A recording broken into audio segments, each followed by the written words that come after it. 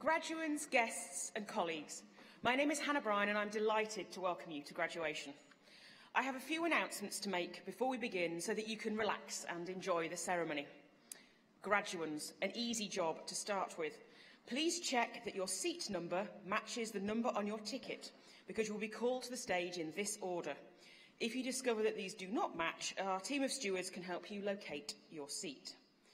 At the appropriate time, you will be invited by the stewards to stand and make your way to the foot of the stairs, ready to head up the stairs and across the stage, all very straightforward. There are two things which make for a seamless ceremony. Firstly, as soon as the person ahead of you begins to cross the stage, please make your way up the stairs. Please don't wait until they have crossed the stage before you get to the top of the stairs.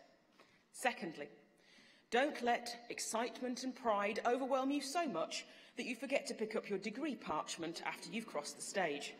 If you do, don't worry, you have still graduated. But don't try and come back because you'll collide with someone coming the other way. Instead, please visit the graduation information desk in the exhibition centre where you got your gown and tickets 30 minutes after the ceremony to collect your parchment. At the end of the ceremony, graduates are asked to process out of the hall directed by the stewards. Family and friends, the stewards will show you to the exit once the graduates have left the hall. If the fire alarm should sound at any point, please remain in your seats, instructions will be given and we will escort you to the nearest exit. As graduates, we welcome you to our international community of more than 123,000 York alumni in 183 different countries. The Alumni Association organises many events, networks and services designed to help you make connections with other alumni across the world and boost your career prospects. Please visit the Alumni Association stand and photo booth in the Exhibition Centre where you can pick up your graduation gift to welcome you to the Alumni Association. When you get your first job or take up further study or training, please remember to let us know what you're doing. Understanding the career paths that you take will help us provide the right support for current students and make sure we offer graduates like you the relevant information and opportunities. Finally, please put your mobile phones on silent and will you now please all stand?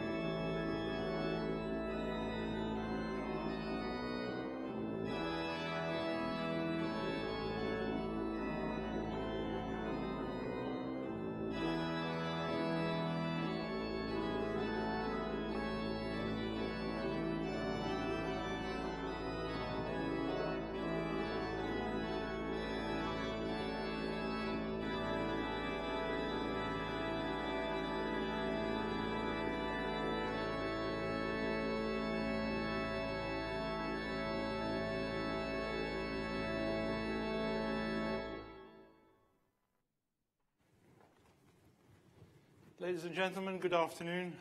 Very warm welcome to what is a very special day for all of you. I now declare this congregation open for the conferment of awards. Please be seated.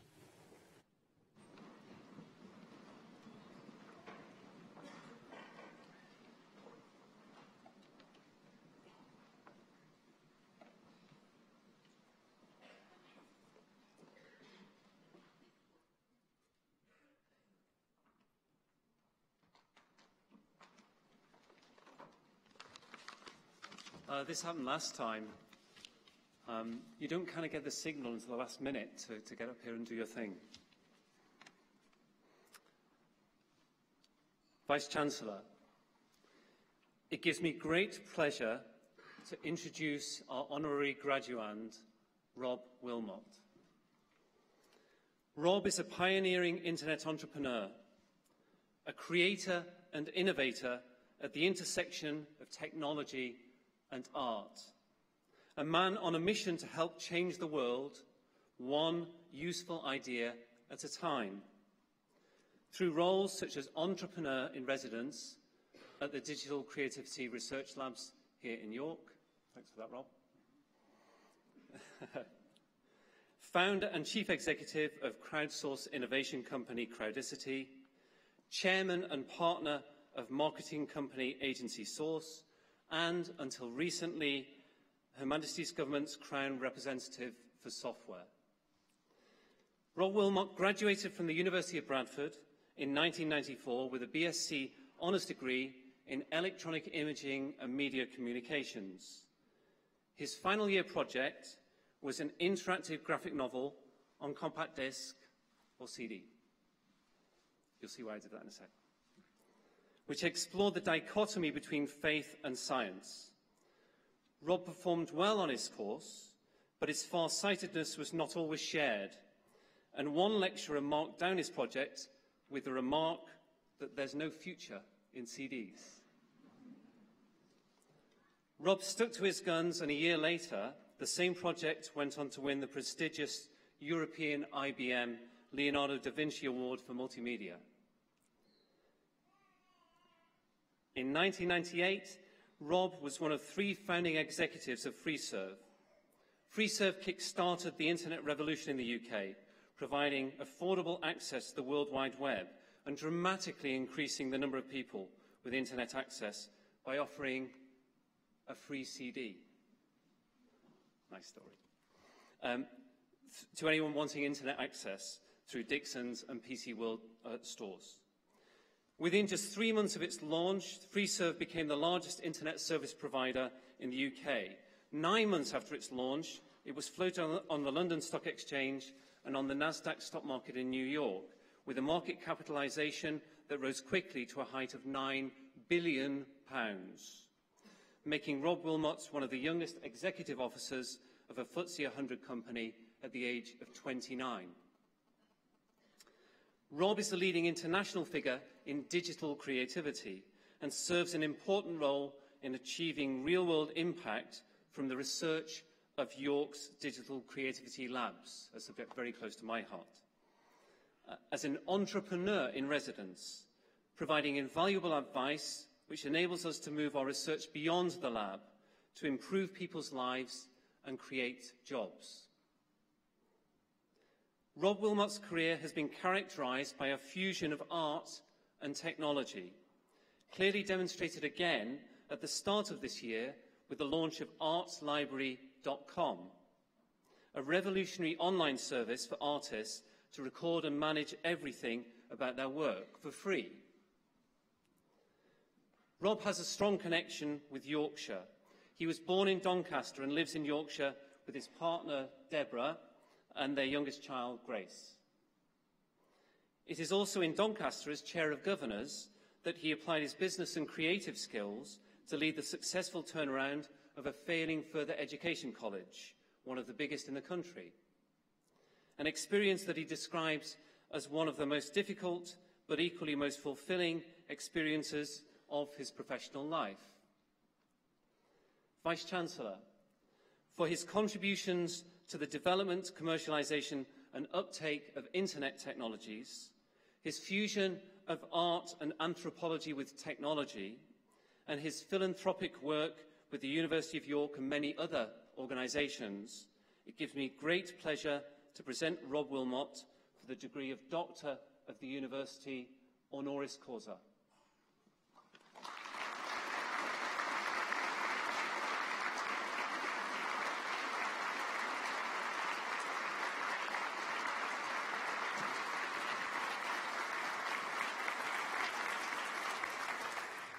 Through the power vested in me by the University of York, I confer upon you the degree of Doctor of the University Honoris Causa. Thank you very well much. Done. Congratulations. Thank you.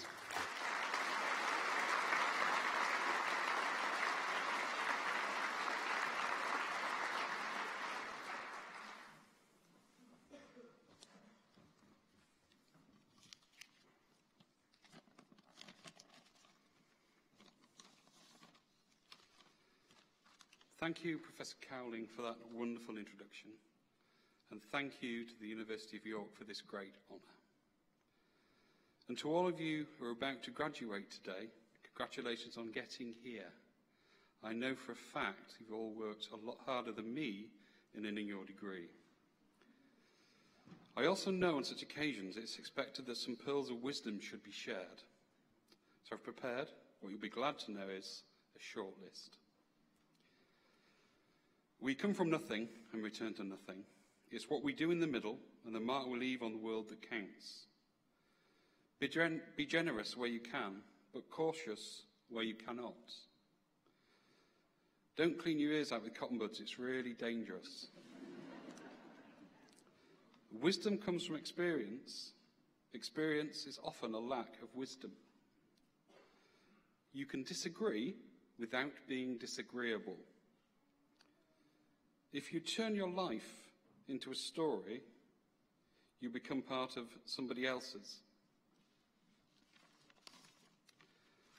Look after your health and family, the most valuable thing in your life. Do the hard things, because often the greatest victories are the hardest won. Never judge a book by its cover, except when it's a Dan Brown novel. Be kind, for everyone you meet is fighting a hard battle. Money is not the be-all and end-all, happiness is. And it's okay not to know exactly what you want to do with your life. To quote David Bowie, one of the great songwriters and performers of our time, and someone not afraid to keep reinventing himself, I don't know where I'm going from here, but I promise it won't be boring. So, get out there and make your mark on the world. And in conclusion, and to only slightly misquote the great Latin poet Virgil, tempus fugit, carpe diem. Thank you.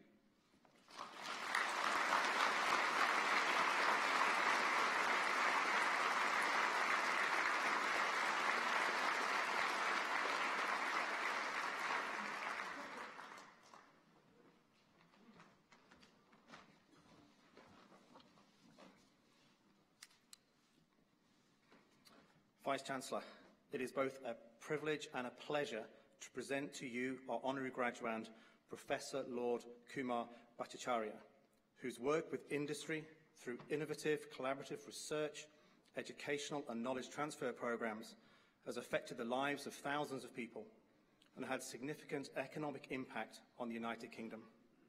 Throughout his entire career, he has been a passionate advocate for engineering innovation and the revival of the British industry.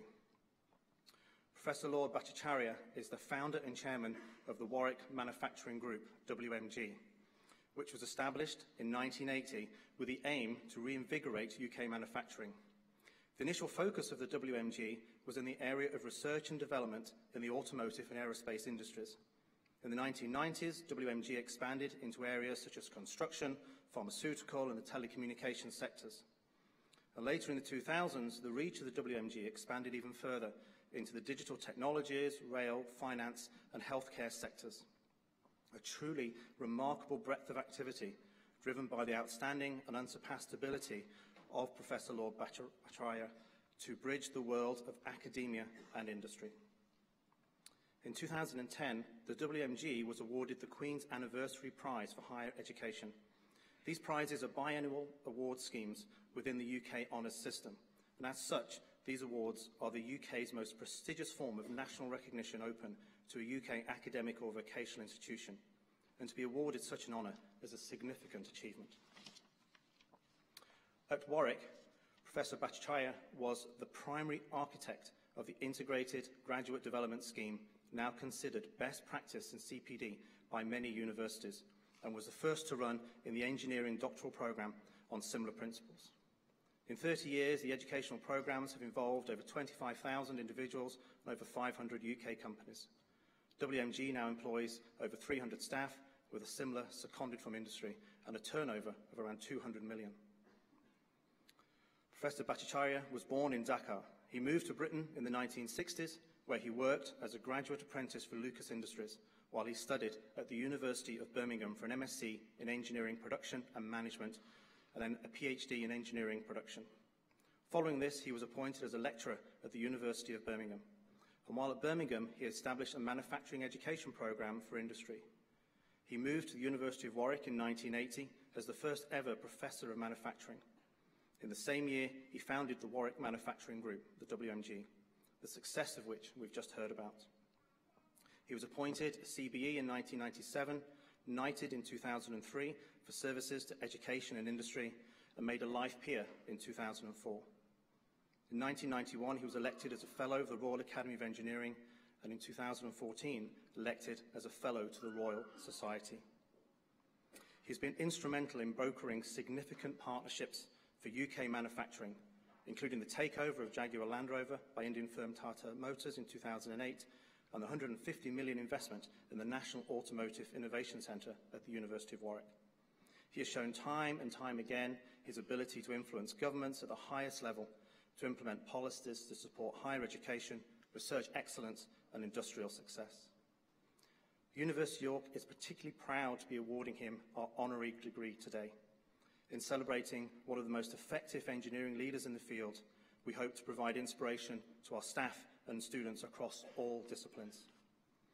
Vice-Chancellor, Professor Lord Bhattacharya is one of the world's most prominent engineers, policy influencers and spokespersons, and it is with great pleasure that I present him to you today for the degree of Doctor of the University, honoris causa.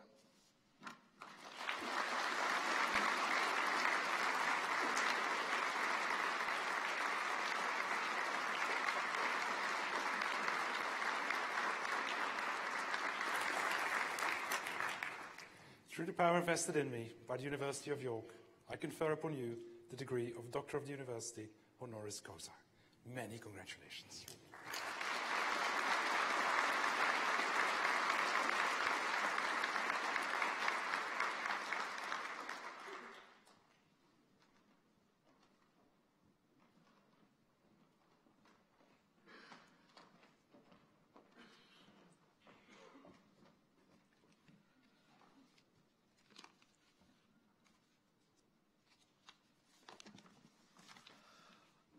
Vice-Chancellor, I'm profoundly grateful to you and to the University of York for inviting me to be a member of your community.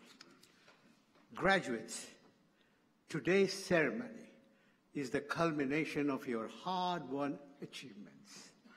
The real honor I receive today is to have my achievements compared with yours. After all, you had to earn your degrees.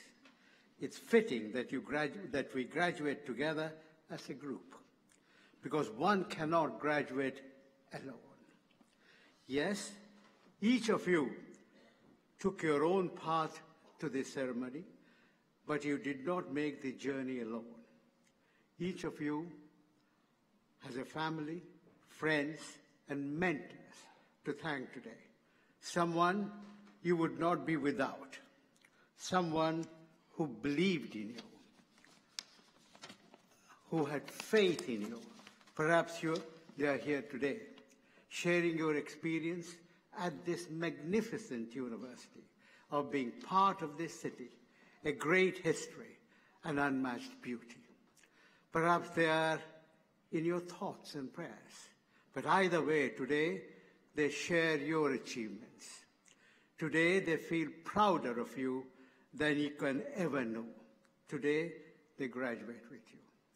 And they know that you're ready to take the world, because to graduate is merely to reach the end of your preface. It is your introduction, not your conclusion. The world you're about to enter is a world of change. Since I graduated, there were no computers at that time. I had to use a slide rule. There have been many revolutions in computing, communication, in information, and transport. You will see many more revolutions during your lifetime. And I think you may well live in a world in which artificial intelligence is no longer merely science fiction, studies in English literature classes, but science fact created by the computer scientists among you. You will work, communicate, collaborate, and innovate with graduates from China, India, and dozens of other countries. And you will work together in a world almost unrecognizable from today's. Dictatorships will fall. A new United States president will be elected sometime. At least, I hope so.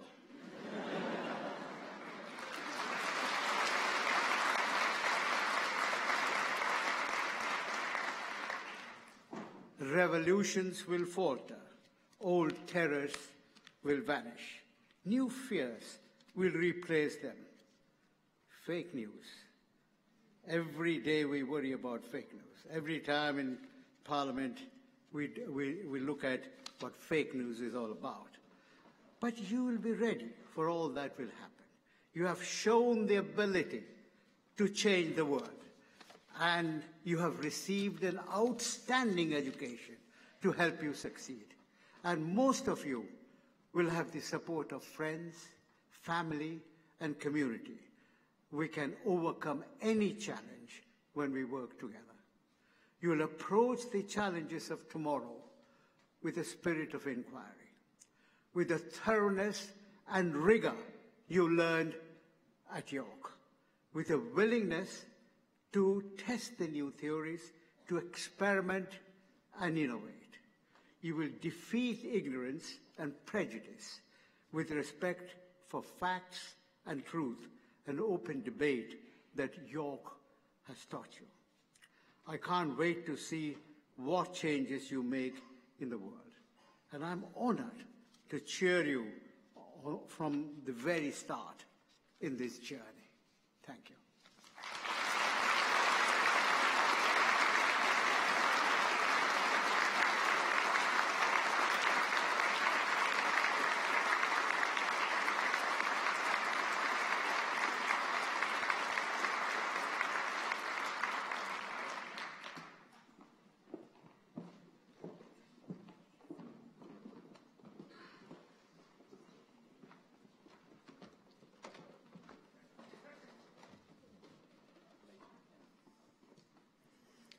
Vice-Chancellor, I have the honour to present the following candidates for the degree of Doctor of Philosophy in Computer Science. For research in low-power CPU dark silicon, Antonio Arnone.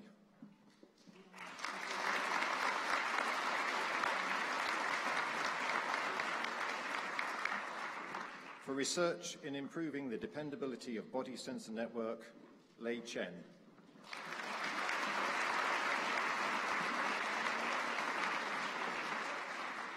For research in spectral signatures for non-rigid shape retrieval, Federico Limberger.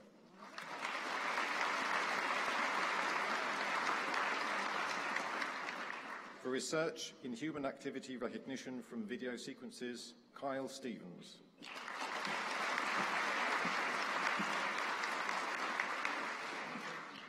For research in a scheduling model for MCS multi-core systems, Ao Shu.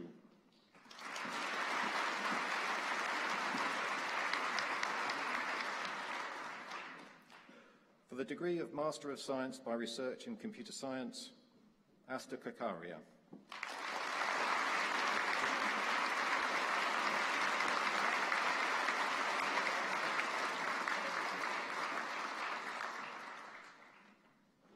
the degree of Master of Science in Cybersecurity, Joel Aliburu.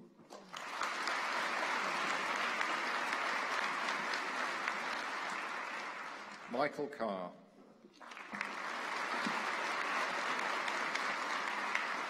James Fell. Yimei Ha.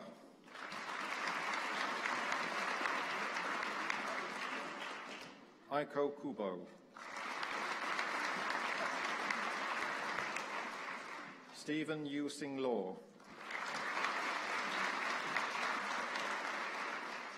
Benedict Mills Perkins.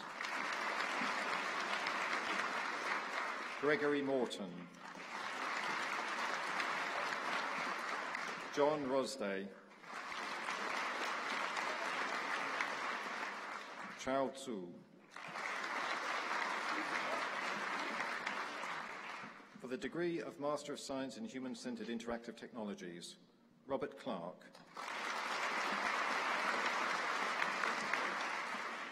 Yilun Xie.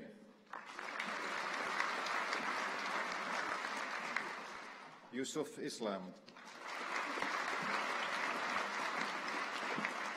John Rimmer. Sanjit Samadar. Wanling Wu. Xinyi Jia.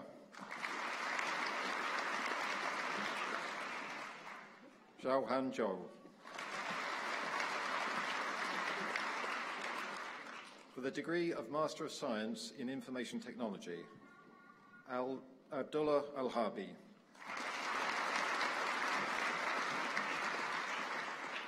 Musa Babagana. Sheila Jacob. Oliver MacDonald. William Morris. Jack Revel. Harry Thrall.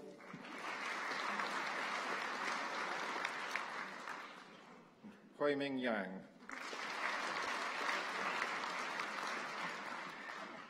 For the degree of Master of Science in Safety Critical Systems Engineering, Nicholas Brooke. Jonathan Ives. Anna Puig-Valls. Stephen Sherlock. Adam Simper. Jacqueline Sydenham.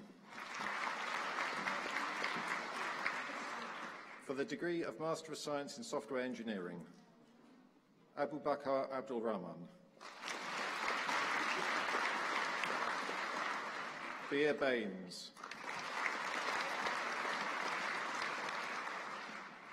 David Ohau. Beatrice Sanchez. For the degree of Postgraduate Diploma in Safety Critical Systems Engineering, Eric Barbier.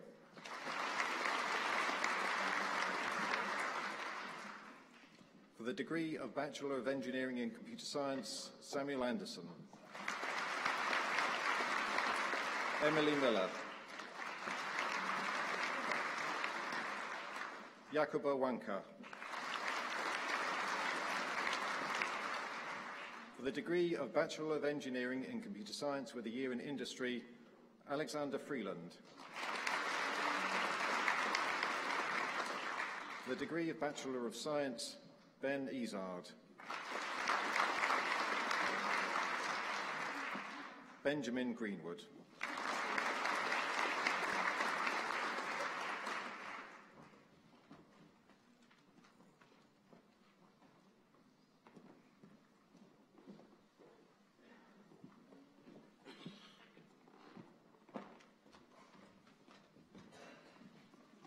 Vice-Chancellor, I have the honour to present the following candidates for the degree of Doctor of Philosophy in Education.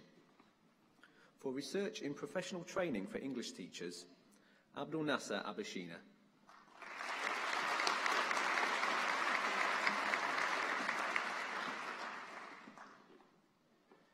For research in instrumentalism and epistemic responsibility, researchers and the impact agenda in the UK and Australia, Jennifer Chubb.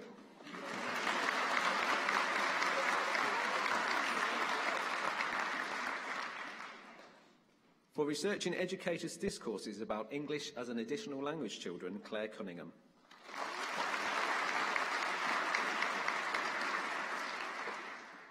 For research in exploring the impact of using visuals in listening, Iman Youssef Elamgosh.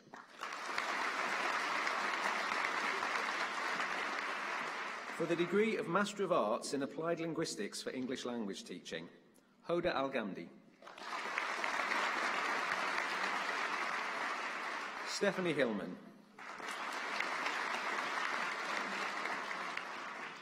Sinua Wong. For the degree of Master of Arts in Applied Linguistics for Language Teaching, Madeline Jobst. Manuel Alejandro Lara Diaz. Isham Pong.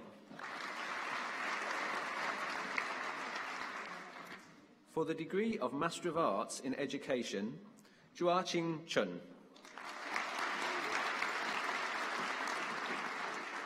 Emma Davis.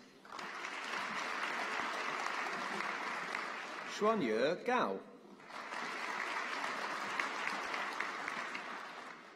Chani Li. Ying Li. Mao Yor Lo. Xiaoyong Mao. Yixin Wei. Wu Chao Wu. Feng Zhao. Juni Zhu. For the degree of Master of Arts in Global and International Citizenship Education, Asep Rudi Kasmana.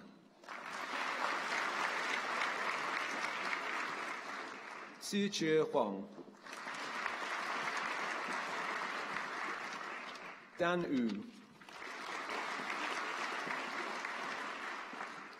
For the degree of Master of Arts in Social Justice and Education, Tong Yu Bao. Hannah Gray. Justina Malasova. Jenny Patterson. Emily Seven. Megan Wade.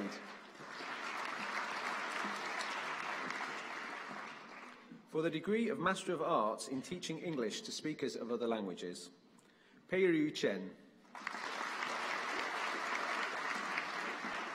Shi Chen. Chung Gernan. Hong Yu Tai. Hui Ling Tung. Su Ching Fu. Xuan Guo. Yiji He. Xianji.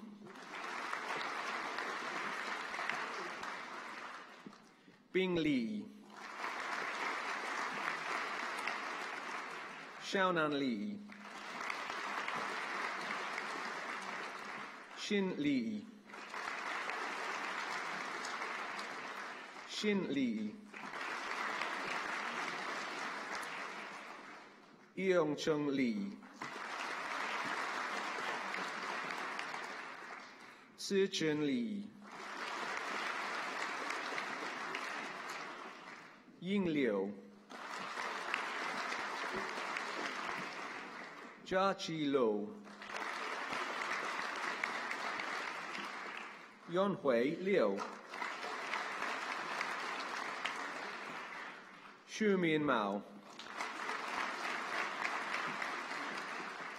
Makiko Nishiro, Kerning, Uchi Peng, Yilan Irina Chow, Bei-Shi Ching, E.J. Chu, Jae-Shin Shun, Xing-Yi Shi, Zhongqing Wang, Feng Wang, Jackie Wang, Qian Wang, Wenjin Wang, Ping Wei, Yu Sha, Yuan Shi, Lian Cheng, Shi Yu Cheng, Wen Cheng, Xiao Yu Cheng, Yang Ba-Ru Cheng, Ya Zi Cheng, Feng Zhou Chu. For the degree of Master of Arts in Teaching English to Young Learners, Ekaterina Maximova.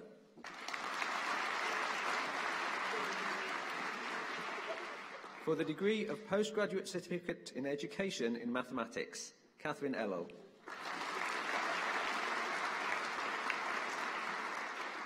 For the degree of Bachelor of Science in Psychology and Education, Thomas Jarvis.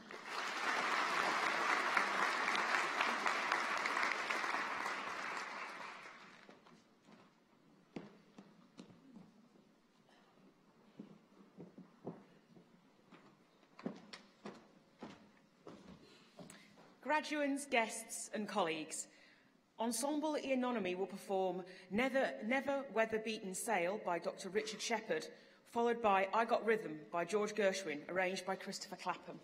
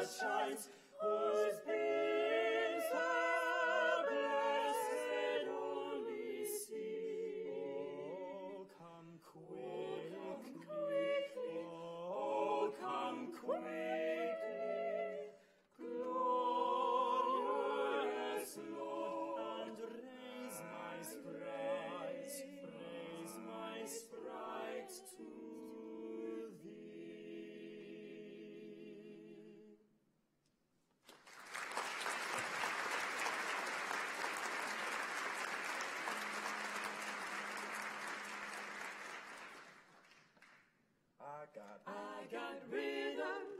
I got music. I got my man. Who could ask for anything more? I got daisies in green pastures. I got my man. Who could ask for anything more? Old man trouble, I don't mind him. You won't find him round my door. I got starlight, I got sweet dreams. I got my man. Who could ask for anything more? Who could ask for anything more? I got rhythm. I got rhythm. I got music. I got my man. Who could ask for anything more? I got daisies in green pastures. I got my man. Who could ask for anything more? Old man trouble, I don't mind him. You won't find him round my door. I got starlight, I got sweet dreams. I got my man. Who could ask for anything more? Who could ask for anything more?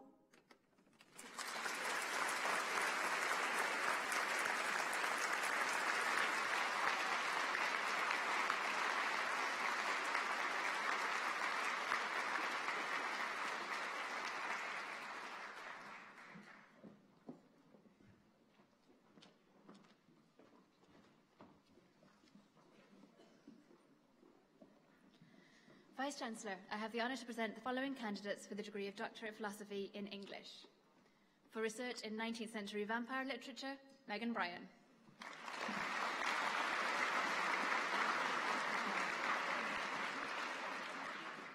For research in textiles and texts in early modern England, Claire Canavan. For research in Old English loanwords in Old Norse, Nicholas Gunn.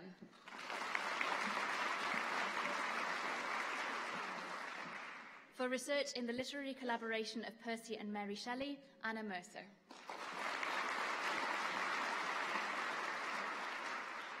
For research in Transpennine Enlightenment, 1780 to 1800, Jennifer Wilkes.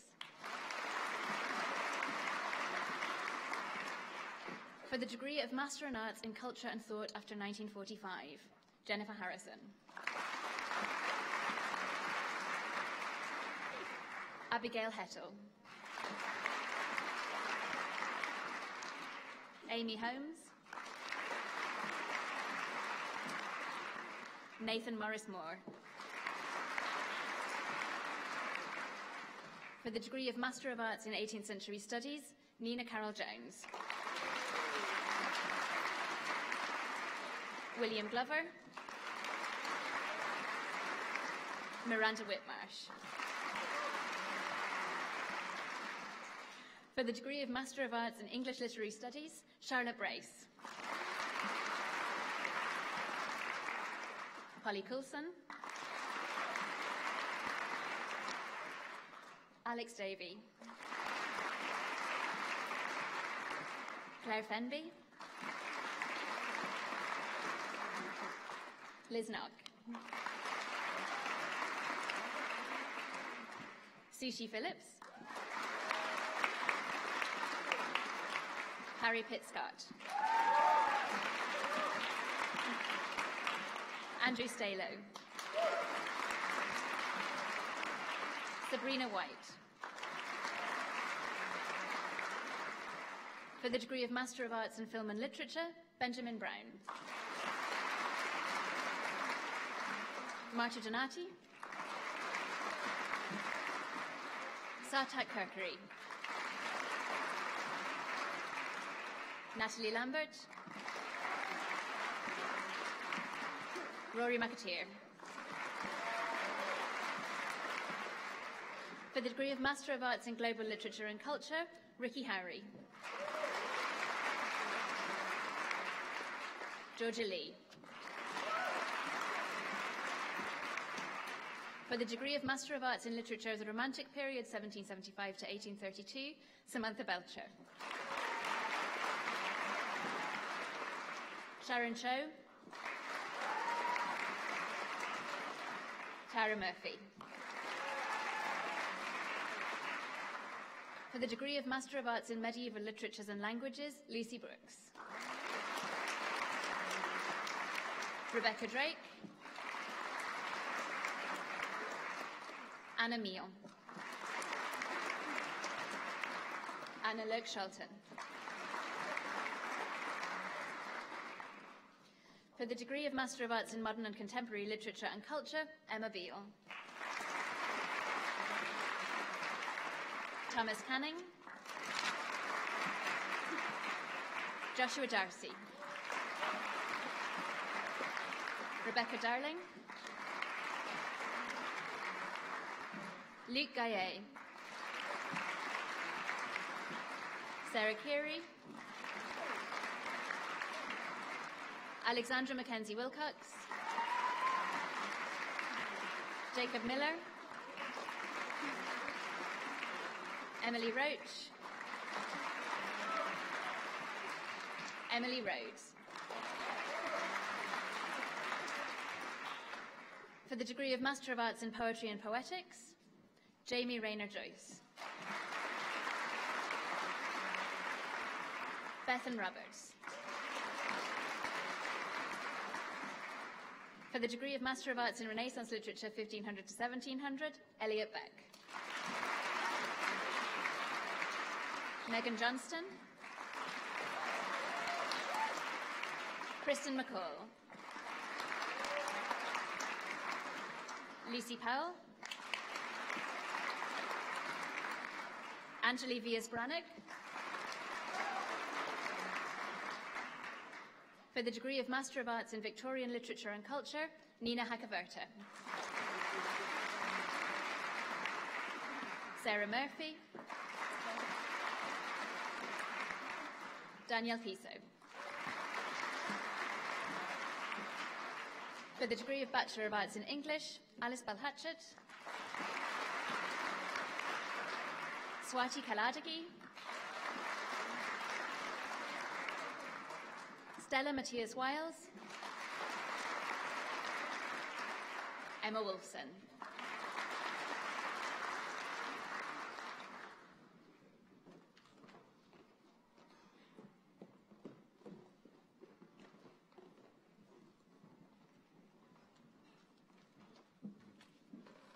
Vice-Chancellor, I have the honour to present the following candidates for the degree of Master of Arts in History of Art.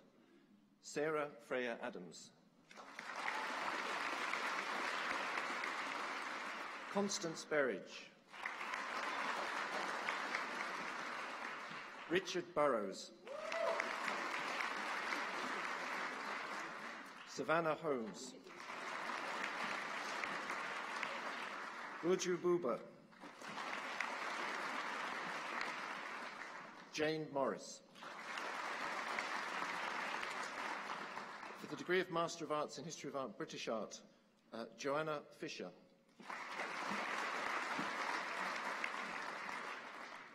Estee Turnell O'Connor. For the degree of Master of Arts, History of Art, Medieval Art and Medievalisms, Rebecca Bradshaw. Sophia Ferdinand Pozzo.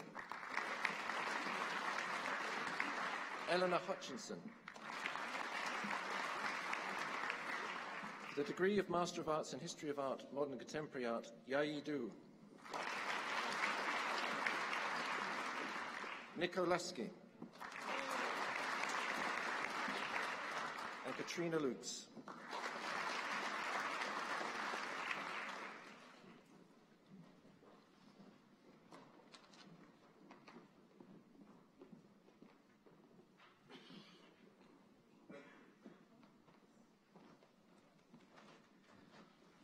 Vice-Chancellor, I have the honour to present the following candidates for the degree of Doctor of Philosophy in Linguistics. For research in Mandarin Directional Serial Verb Constructions, Zhishuang Chen. For research in Perception of Social Indexical Information, Anya Kubish. For the degree of Master of Arts in Linguistics, Lorna Andrews. Erin Chin, Gejia Wang, Miyuki Watanabe. For the degree of Master of Arts in Phonetics and Phonology, Christopher Cox. Daniela Ubia Bravo. For the degree of Master of Arts in Psycholinguistics, Arwa Al-Khatiri. Rachel Brown. Catherine Dai. Xingyi Fu.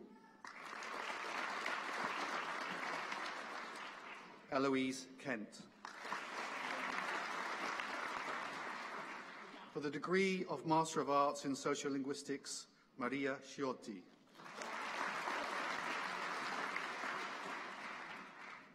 For the degree of Master of Science in Forensic Speech Science, Rachel Bowler. Karen Long. Ronya Sairi. Megan Taylor. Emily Whitmarsh. For the degree of Bachelor of Arts in English and Linguistics, Thomas Seddon. For the degree of Bachelor of Arts in Linguistics, Shannon Ryan.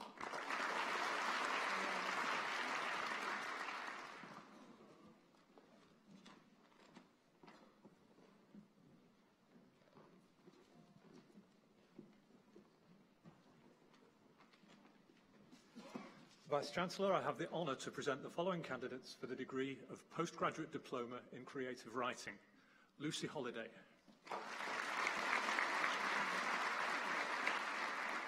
Robert Kenyon.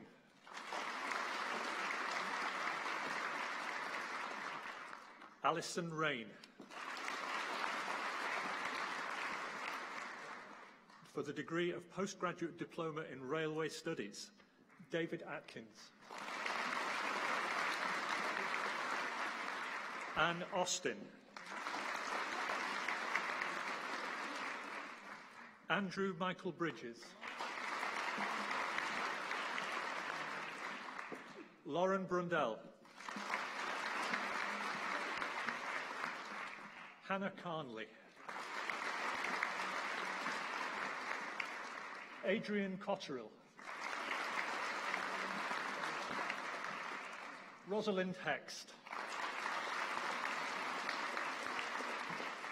And for the degree of Postgraduate Diploma in the Geology of Yorkshire and Northern England, Barry Barnes.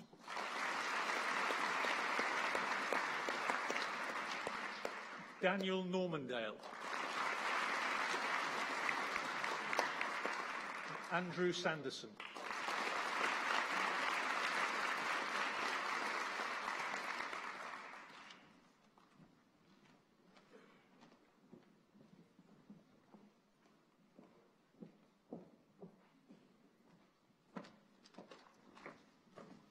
It is my great pleasure to introduce Jenny Patterson, our student orator, who will speak on behalf of the class of 2018. Our orators have been invited to speak in recognition of their hard work on behalf of the student community and commitment to their studies. Our student orators have taken every opportunity university life has offered them. On behalf of the class of 2018, I am delighted to welcome Jenny Patterson.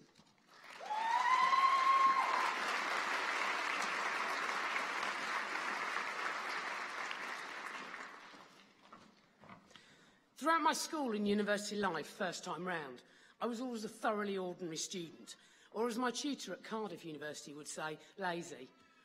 I always did just enough to get through.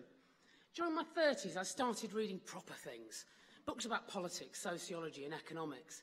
What prompted this was probably promotions at work that made me understand how the whole educational structure worked, and I wanted to know more. And I wondered whether I was just a bit cleverer than my qualifications suggested. Last year, I was made redundant after 20 years of teaching, and I decided to put that idea to the test and enrolled on a master's here. And I proved to myself that actually applying yourself properly pays off. Who knew? We all embarked on our choice to study a postgraduate course coming from very different places, in life stage, in geography. Not many of you are as ancient as me, and having lived in York for nearly 20 years, not many as local. But what I found was that we were united in our neuroses, our concerns about what we might find out about ourselves and others, our gaps in knowledge and experience. We sometimes discovered these in lectures, but more often than not in the courtyard bar while dissecting what we'd already learnt. These concerns were different for all of us, but we all had them. But here we are. We've filled in those gaps, we've conquered those neuroses. I myself have learnt how to reference properly. And no matter what course we did, we have a better understanding of the world and are better equipped to contribute to it. And even better, we have a piece of paper to prove it. I'm proof of the value of lifelong learning. It's never too late to approach a new challenge, whether academic or professional, and studying here has set me on that path. To everyone here, well done and good luck. I hope your time here was as fabulous as mine, and I thank all the lecturers in the Education Department for making it so. As I'm sure some of you did, I came to this experience with no expectation of making friends, but I did. A core of people who I shared this with, Emily, other Emily, Kelly and Megan, became my confidants, and I'm sure you all have your own core group that will stay with you on the next part of your journey. We swapped stories. We checked that our essays looked the same to meet the dictatorial formatting requirements of our respective departments. To them, I thank you. I'd also like to thank Paul Wakeling, my supervisor. As well as finding common ground, we both come from the People's Republic of Leicestershire. He was brilliant at helping me shape my opinions, from angry gripes at the education system into legitimate and evidence-based academic arguments, and I just about forgive him for being younger than me. We now have to go out into the world and use this experience in one of those job things. For some of us, it'll be our first job, for some our 12th. But for all of us, we'll be able to bring a wealth of knowledge and ideas that will benefit society, whatever we end up doing. I'd like to end on a lofty and erudite note. Go us. Well done, thank you, and good luck.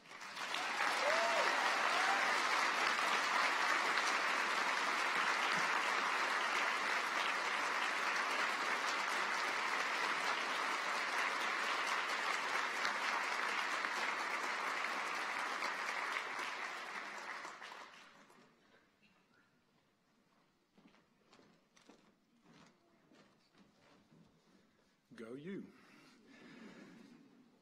Welcome again to the university for this ceremony and this celebration. And today we celebrate something that is genuinely wonderful. We celebrate the result of your dedication, your hard work. You've earned a degree from a world-renowned university. You've become part of the worldwide family of York graduates. And I've had the tremendous privilege of being the first to congratulate every single one of you as you walked across the stage and you turned into a graduate as by magic. And I want to be the first person to tell you how proud the university is of every single one of you. And I'm sure your supporters and your families and your friends think so too. It has been our privilege to contribute to your education. And of course, in that education lies the real value of your time here. You will undoubtedly have done other things, but education was ultimately what it was all about. And in recent years, public talk about higher education and universities has become centered around universities as drivers of economic growth and national growth, and around the role of higher education in delivering a highly skilled and a highly productive workforce. And that is hugely important. We know that, and we accept that, and we want to contribute to that. But it's also important that we don't lose sight of the broader sense in which higher education is relevant to society and to you, to all of us. And I firmly believe that education is ultimately a common good. It's a common good that benefits all of us in ways that are very difficult to measure, that you can't really quantify. But I don't think that they're therefore any less important. And especially at a time when it's more important than ever that people and communities and societies, come together to overcome the huge challenges that face the world. Education is there to help us. It protects us from extremism, it protects us from intolerance and prejudice. And ultimately, as I hope you will have noticed, it makes us better people. And it's tremendous as a university to be able to contribute to that project, to that mission, which is all about you. So people, of course, sometimes think that universities are fairly self-centered, that we are just self-contained bubbles, that we are inward-looking, that we obsess about research that the world doesn't really care much about, and that we prepare you for exams and send you on your way. Of course, nothing could be further from the truth. That's a caricature. Through fundamental research, through applied research, universities play a more important role than ever in solving some of the challenges that face humanity. And these challenges are stark. And I don't have to remind you really what they are, but I will anyway. Global inequality, as you know, keeps growing, and the gap between the poorest and the richest is now higher than it's ever been. Climate change threatens our ability to produce enough food and enough drinkable water for the world's growing population.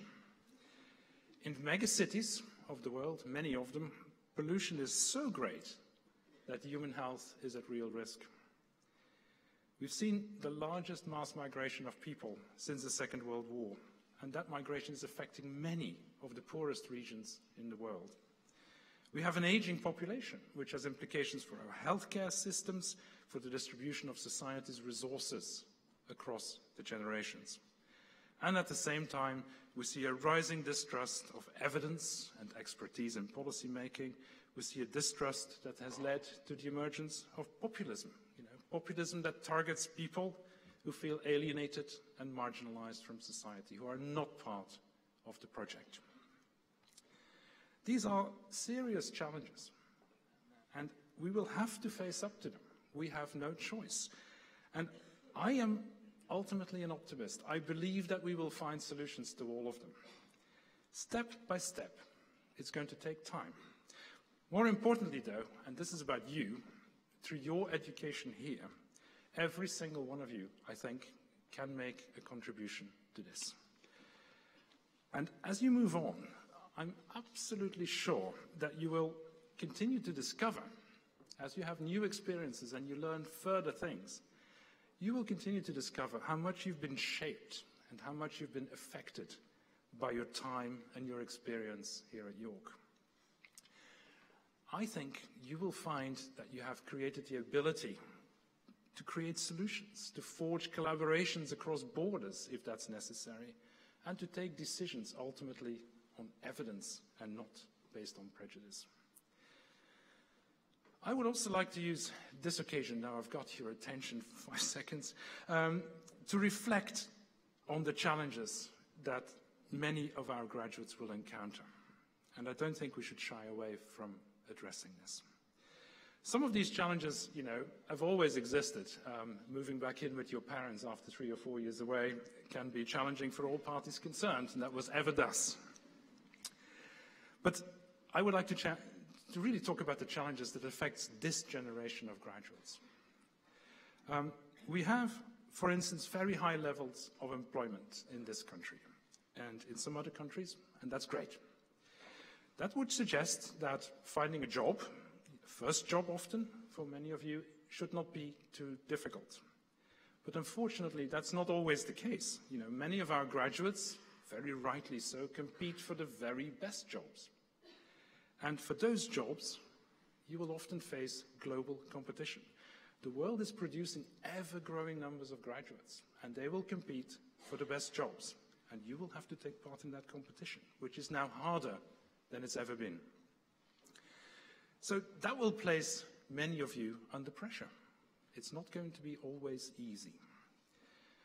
I want you to know that the university is entirely committed to helping its graduates succeed in the world of work, and we're incredibly proud of our record in that.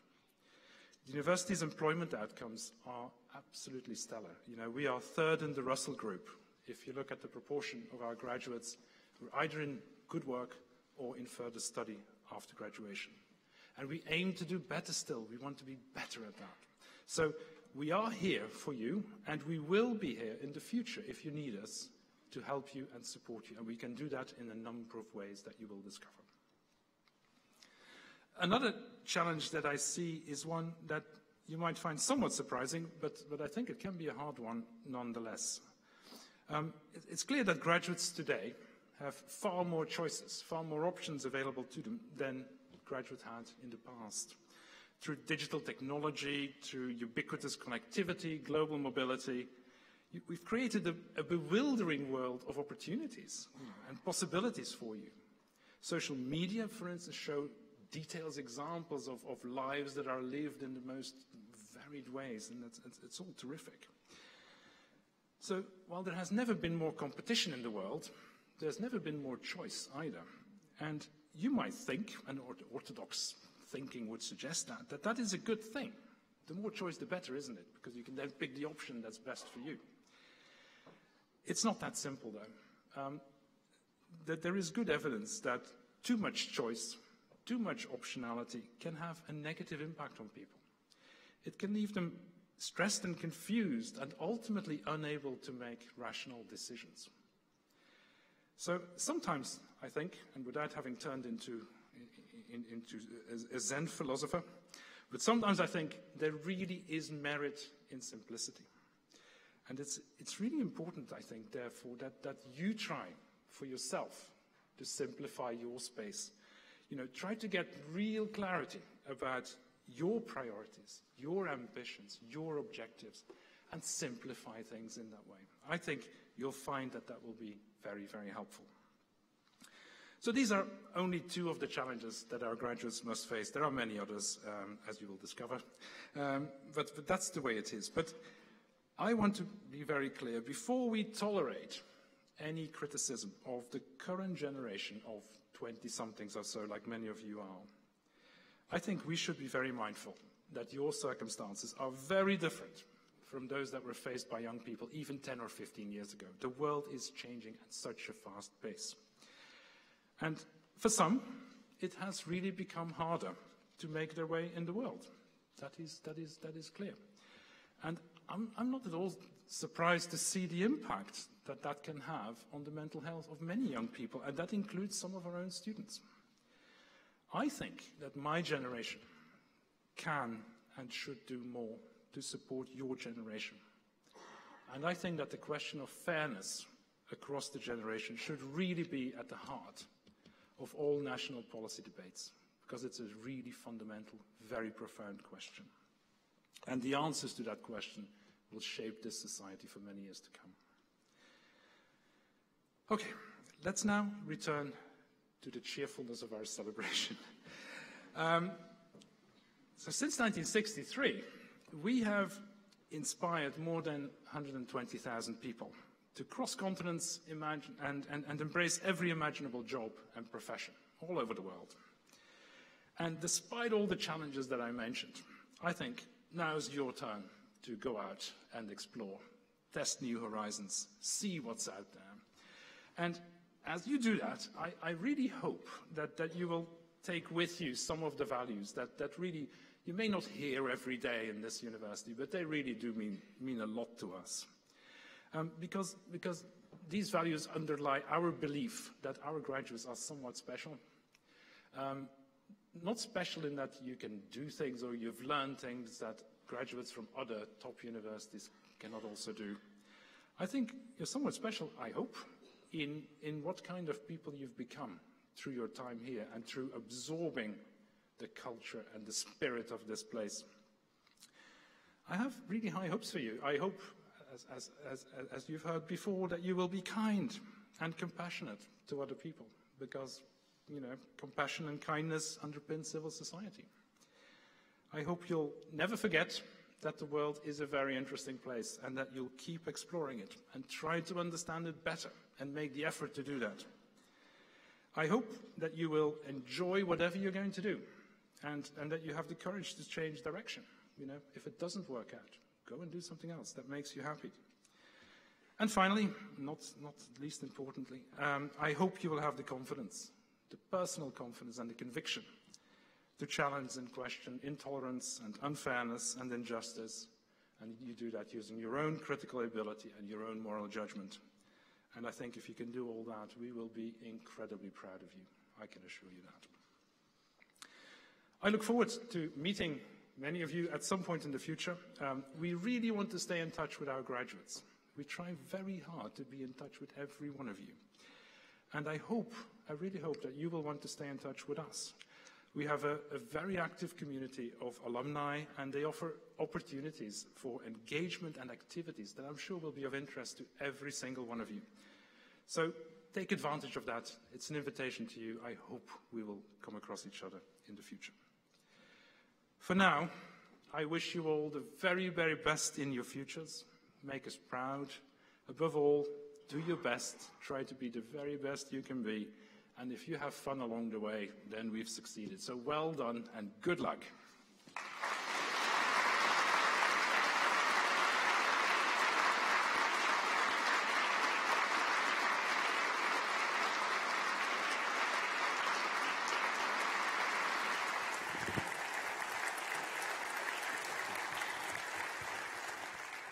May I now please ask that all our guests, not the graduates, only the guests, please stand.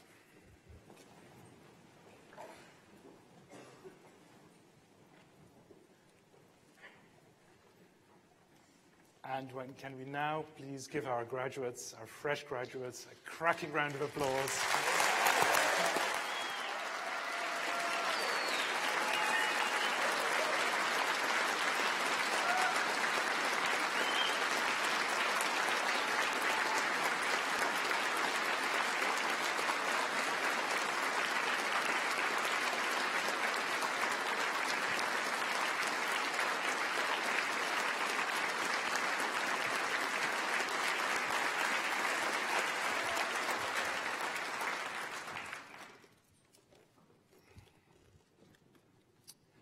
Please stand.